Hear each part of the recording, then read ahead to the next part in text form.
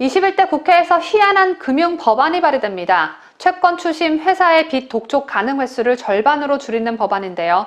밤 9시부터 다음날 아침 8시로 규정되어 있는 추심 금지 시간대는 3시간이나 더 늘어납니다. 쉽게 말하면 채권자가 채무자에게 빚 독촉을 하루에 2번 할 수 있었다면 앞으로는 절반인 1번밖에 하지 못하고 빚을 갚으라고 말할 수 있는 시간도 줄어들게 되는 것입니다. 뿐만 아니라 연체 채무자가 2번까지 빚을 깎아달라고 요구할 수 있는 권리도 생깁니다.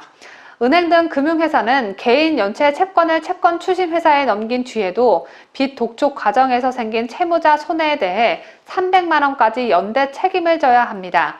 빚이 있는 사람들에겐 당장 희소식이 될 수도 있지만 사실을 따지고 봤을 땐 절대 그렇지 않습니다.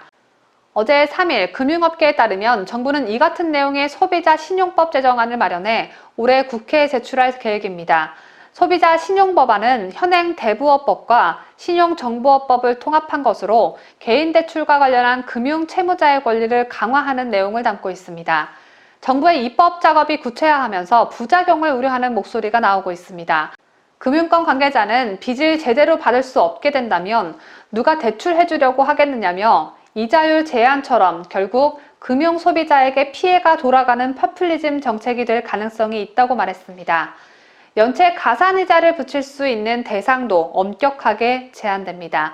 금융회사들은 연체가 생기면 한 달쯤 기다려보고 가산이자를 부과하는데 가산이자는 연 10%가 넘기도 합니다.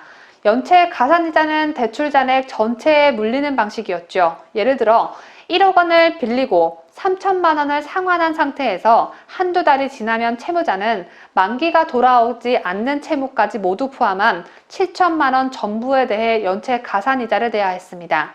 하지만 정부가 구상 중인 소비자 신용법이 국회를 통과하면 실제로 연체가 발생한 돈에만 연체 가산이자를 붙일 수 있습니다.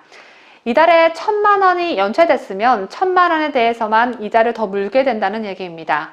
이렇게 채무자에게만 유리한 법안, 빚 독촉은 막고 빚 탕감은 쉽게 한다면 채무자들의 민심을 얻기보단 채권 추심 회사들의 반발을 일으키기에 충분해 보이는데요. 당장 눈앞에 닥친 일만 해결하고 보자는 식의 포퓰리즘 정책, 그 부작용의 쓴맛을 더불어민주당은 아직 느끼지 못했나 봅니다.